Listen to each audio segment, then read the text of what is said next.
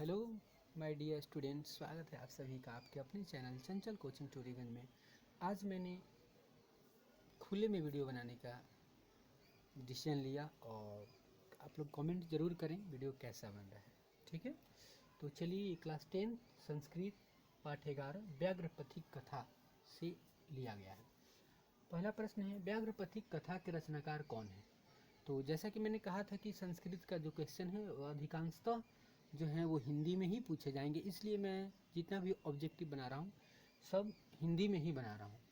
व्याघ्रपथिक कथा के रचनाकार कौन है? नारायण पंडित। व्याघ्रपथिक कथा हितोपदेश के किस भाग से संकलित है? मित्र लाभ। ठीक है, क्वेश्चन नंबर 2। क्वेश्चन नंबर 3, पथिक कथा, पथिक स्नान करने कहाँ गया था?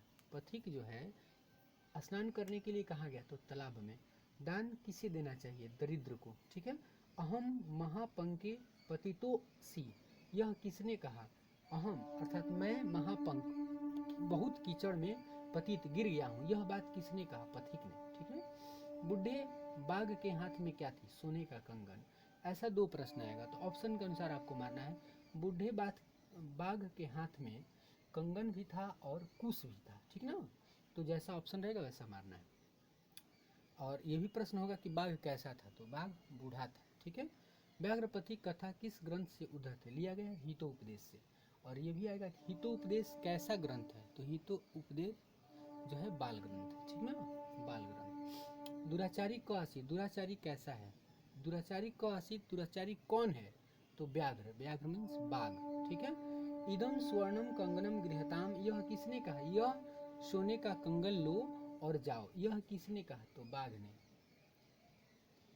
व्याघ्रपथिक कथा पाठ में किसके दुष्परिणाम का वर्णन है? तो लोभ का। ठीक है, लोभ के कारण दुष्परिणाम यानी उस पथिक को अपनी जान गंवानी पड़ती है। आप लोग ये कहानी पढ़े होंगे, नहीं तो मैं अगले वीडियो में पढ़ाऊंगा, लेकिन अभी उतना टाइम नहीं मिल पा रहा है क्योंकि अभी मैं ऑब्जेक्टिव बनाने का प्रयास कर रहा हूँ। इस पाठ में एक बाघ है जो बूढ़ा हो गया है और वो राह पर बैठा हुआ है स्नान करके, हाथ में सोने का कंगन और कुश लेकर के, और लोगों को लोभ दे रहा है कि मेरी तरफ जो आएगा उससे मैं मारकर खा जाऊंगा।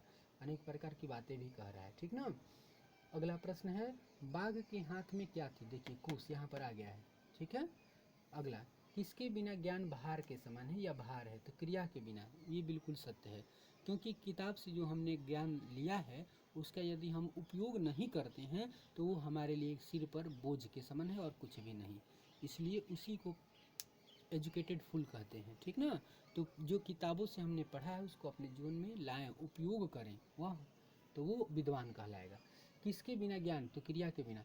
कुत्र तो कंगनम, यह किसने कहा? किसने कहा बाघ से कि तुम्हारे कंगन कहाँ है? तो पथिक ने। पथिक ने पूछा कि तुम्हारे कंगन कहाँ है। तो ये टोटल जो है 13 क्वेश्चन बने इस पार्ट से, और आप लोग इसे याद कर लें, आपके एग्जाम में फ़ायदे रहेगा। ठीक है, आज के इतना ही, मिलते हैं अगली वीडियो में, तब तक के लिए धन्यवाद। कमेंट आप लोग करना ना भूलेंगे, कमेंट जरूर करेंगे कि ओपन ग्राउंड में कैसा बन रहा है, क्लियर है या नहीं। Thank you.